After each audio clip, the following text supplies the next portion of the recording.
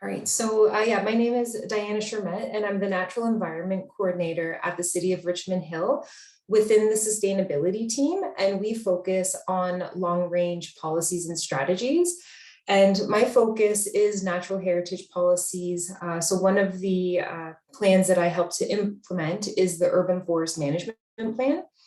But I will be speaking on behalf of my colleague, Miles O'Brien, who wasn't able to make it today. He's the environmental education and engagement coordinator, and he would usually be out with the community talking about all of our initiatives and programs. So I'm gonna give a talk on his presentation that he did prepare. So I'm gonna try and share my screen here. And I'm gonna share sound as well, because I do have some videos. So can everyone see the slide? Yep, perfect. Okay. And just for the benefit of my internet, I will be turning off my camera. Okay, great. So, yeah, so everyone gave some good input about how the city is doing and highlighted some of the plans actually that I will be talking about. But in general, as an overview of what I'm going to talk about, I'm going to talk about some big picture environmental issues and then how they relate to Richmond Hill in a more local context. And then I'll talk about our environment strategy as well as our climate change plans that we have. And then I'll be highlighting some of our speakers that we'll be having as part of our spring greening speaker series. So as I'm sure many of you are all aware that globally we have been facing a lot of environmental issues like pollution, deforestation, which leads to habitat loss and the loss of biodiversity. And we are actually in what many scientists have coined the sixth mass extinction right now, unfortunately, with biodiversity loss. And more recently, climate change has been top of mind. And climate change, as many are probably aware, is the way greenhouse gases from fossil fuels cause rising temperatures. And we've started to see the impacts of climate change, such as extreme weather and ecological disruptions.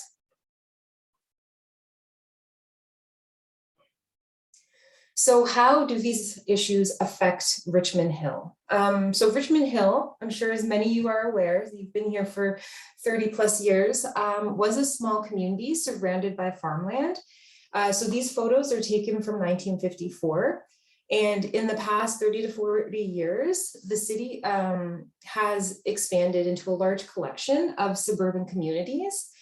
And then more recently, the city's becoming more urbanized as it integrates into the context of the GTA. So about half of Richmond Hill lies within the Oak Ridges Moraine, and you can see this through some of the environmental features on the landscape, such as kettle lakes. We've got the headwaters of three major creek systems, which are the Don, the Humber, and the Rouge.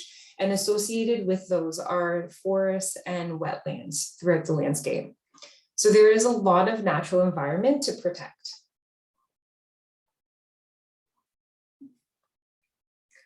So climate change does add another layer of environmental concern. In York region, the changes in weather patterns can be summed up as warmer, wetter, and wilder. And we've already started to see examples of these changes and their impacts. So increased and longer durations of heat waves, increased flooding, more frequent and extreme ice storms and windstorms, and we will continue to see more of them. So I'm going to show a quick video here. This is the Greening the Hill. It's the environment strategy, and it's our overall program that is focused on the environment. Oops. So if you could just give me a thumbs up if you can hear this. Richmond Hill has a proud tradition of protecting, enhancing, and restoring its natural environment. And we have a community that knows the power behind one small action. We know that Richmond Hill is changing. Over the next 20 to 30 years, our urban centers and our population will grow, while the impacts of climate change will become more frequent and severe. How can we continue to protect the places we love as our community changes and grows? We can do it sustainably. We can make smart choices today to ensure future generations enjoy a high quality of life. But we need fresh ideas and lots of small everyday actions. Greening the Hill, the city's environment strategy, brings together residents, businesses, and partners to help turn ideas into action. Like our city, our strategy is also evolving to address sustainability in 3 ways: greening our growth, greening our consumption, and greening our natural spaces. As we create a greener Richmond Hill, we can also create a more resilient Richmond Hill.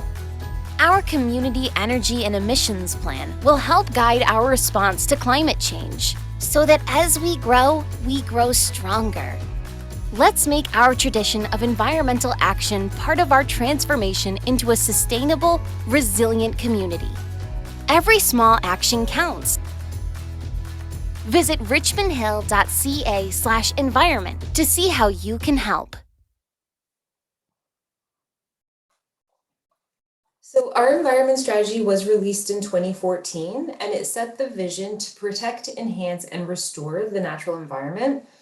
And it establishes goals and objectives and targets over a 15-year planning horizon. It identifies actions where our municipality can have the greatest impact based on the division of roles and responsibilities between the various levels of government. So Richmond Hill doesn't control the building code. This is a provincial initiative, but it can encourage sustainable buildings through programs like our sustainability metrics.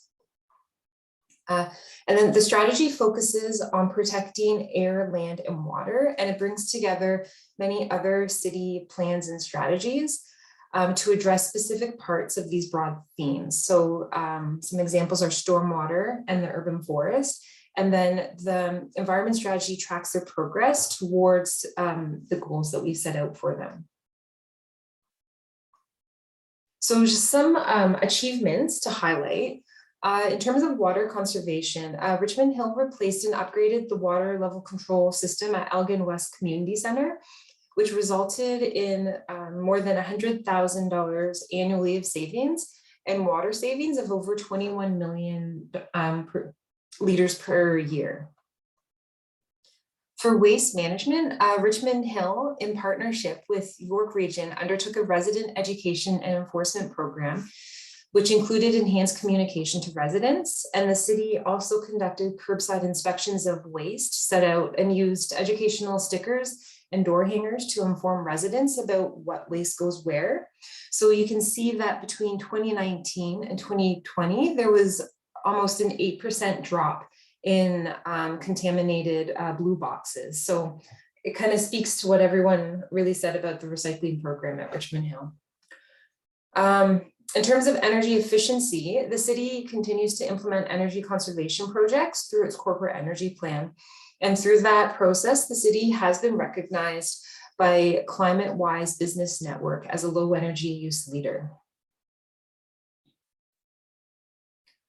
So this year, we are updating the environment strategy, and council approved the draft update on April the 13th.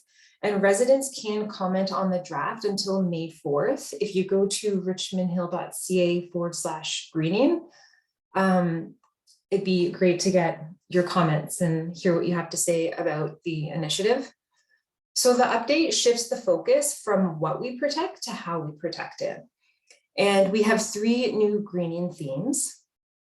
So historically it was air, water, and land. And now we're moving towards greening our growth, greening our consumption, and greening our natural spaces. And then these relate to how we can take action within 10 more specific areas of environmental concern. So you can see here it ranges from energy to wildlife to natural heritage and urban forest, and large number of different themes. So in terms of climate change, Resilient Richmond Hill is the city's climate change program. And the key plan within this program is our community energy and emissions plan. So I will show another short video that highlights the SEEP. There are a lot of things we love about Richmond Hill, but our community is at risk due to climate change. We need your help. Daily activities such as heating homes and driving vehicles use fossil fuels that produce greenhouse gases. Too much greenhouse gas contributes to climate change and changing weather patterns. In Richmond Hill, this means more ice storms, more heat waves, and increased rainfall. Together with the city, you can help protect the community we love. Resilient Richmond Hill is a city initiative aimed at reducing greenhouse gas emissions and planning for the impacts of climate change. This means being prepared for challenges and benefiting from new opportunities. The first step of Resilient Richmond Hill is to develop a community energy and emissions plan. Together, we will work to find solutions that reduce greenhouse gas emissions, helping us heat our homes, power our businesses, and move around our community more sustainably. Let's take action now to protect the things we love: our lakes and streams, our forests, our parks and open spaces, our neighborhoods, and our neighbors. Visit richmondhill.ca/resilientrh to learn how you can help.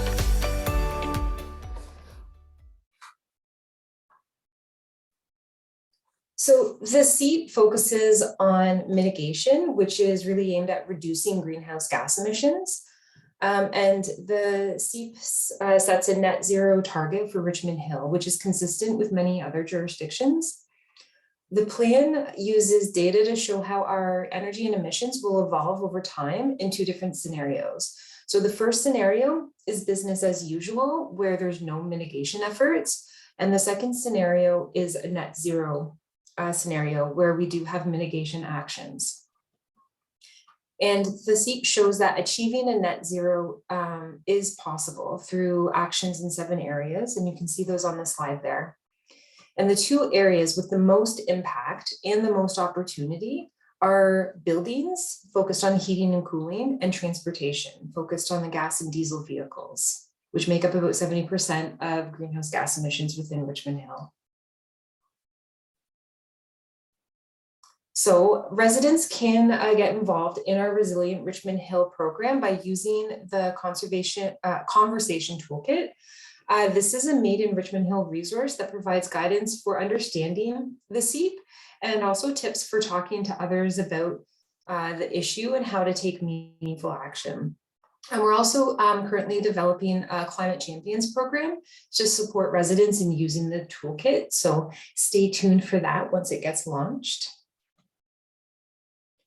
And there's a lot of other ways to get involved as well with our greening program. So as a few people have mentioned, we do have tree planting programs through a community stewardship program. And before COVID, we did have a lot of volunteer events where people could come out, and we're slowly starting to open those up again.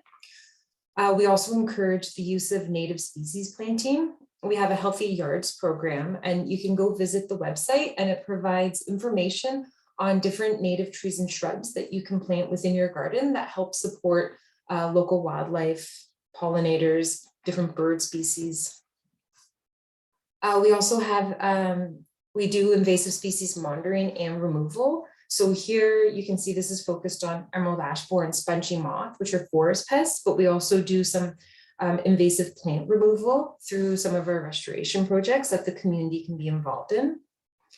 And then, as many of you mentioned, we do have the natural area cleanup. So the cleanup green up weeks, which is going on until this Friday, May 6th. So if you haven't already, you can go on to the Richmond Hill website and sign up to participate in a cleanup green up event. And then we also have the Wildlife and Habitat Protection program, which focuses on pollinators. And again, you can learn how you as a resident can plant native species in your yard to help encourage and promote native pollinators. And the How You Can Help page gives a whole bunch of information on individual daily actions that you can take to help reduce our footprint and our impact on the environment, which I think is everyone wants to know and do more of, right? So I think it's always important to remember that all actions, large and small, do make a difference. And while much that the city can do, large corporations can do, we can also help create that change and create that demand and make actions or take actions at a personal level. And they, a lot of our actions have co-benefits and can have an impact in a lot of different areas. So for example, more trees can help improve clean air and water and also help improve wildlife and habitat. But then, of course, it also improves our own mental health and creates more shade and helps reduce the heat island effect. So there's a lot of co-benefits from some of these small actions we can take. So the last thing I'm going to talk about is our spring greening speaker series, which is a really great way to get involved and learn from the experts. And we have 5 sessions over the next 5 weeks. And the first one is tomorrow evening. And they all occur from 7 to 8 p.m. in the evening, and they're all virtual, so through Zoom. And our first one is with Sean Smith. He's a local compost brewer and micro farmer.